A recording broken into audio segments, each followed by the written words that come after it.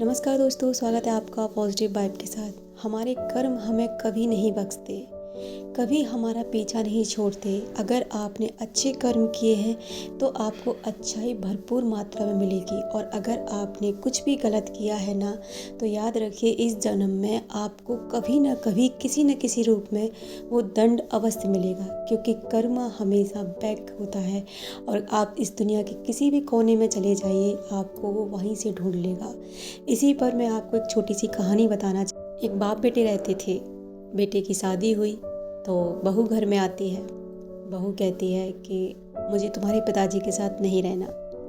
वो उसे कैसे भी समझा लेता है कि नहीं, तुम अभी अभी आई हो और अभी से ऐसी बातें क्यों कर रही हो। थोड़ा समझ जाती है।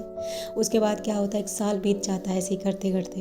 1 साल बाद वो फिर से वही चीज़ रिपीट करती है कि मुझे तुम्हारे पिताजी के साथ नहीं रहना, मैं इनके साथ नहीं रह सकती। वो फिर से उन्हें समझाता है कि इस उम्र में मेरे पिताजी कहाँ जाएंगे, और मेरे अलावा तो उनका कोई है भी नहीं, तो तुम ऐसी जिद क्यों कर रही हो, और तुम्हारे अलावा भी मेरा कोई नहीं है। ऐसे करते करते 5 साल बीत जाते हैं, और 5 साल के बाद में वो उस लड़के की जो वाइफ है वो फाइनली कहती है कि अब तुम्हें एक को चुनना होगा, या तो अपने पिताजी को चुनिए या मुझे चुनिए। और अगर आप अपने पिताजी को चुनते हैं तो मैं अभी इस घर में बिल्कुल भी नहीं रहूँगी और मुझे अभी यहाँ से जाना है।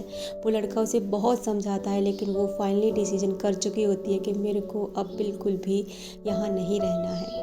वो लड़का बहुत परेशान हो जाता है कि मैं क्या करूं। रात को उठता है, 2 बजे का समय है, तो अपने पिताजी को जगा करके कहता है कि पिताजी, मेरा जी घबरा रहा है, ज़रा मेरे साथ बाहर तक टहलने चलिए।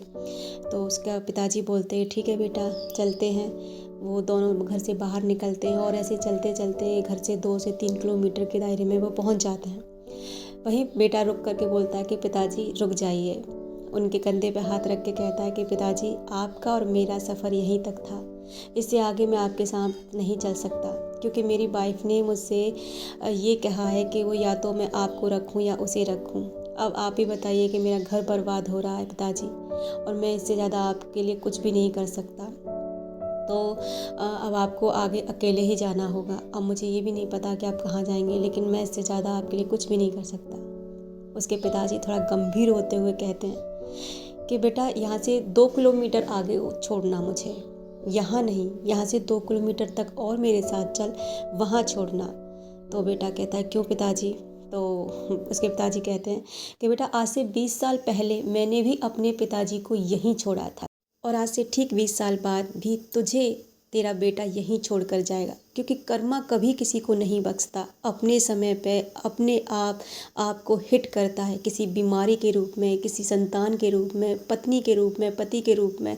वो आपको ज़रूर परेशान करेगा। इसलिए हमेशा अपने कर्मों का ख्याल रखें, अच्छे कर्म करें, जिससे आप अच्छी ज़िंदगी जी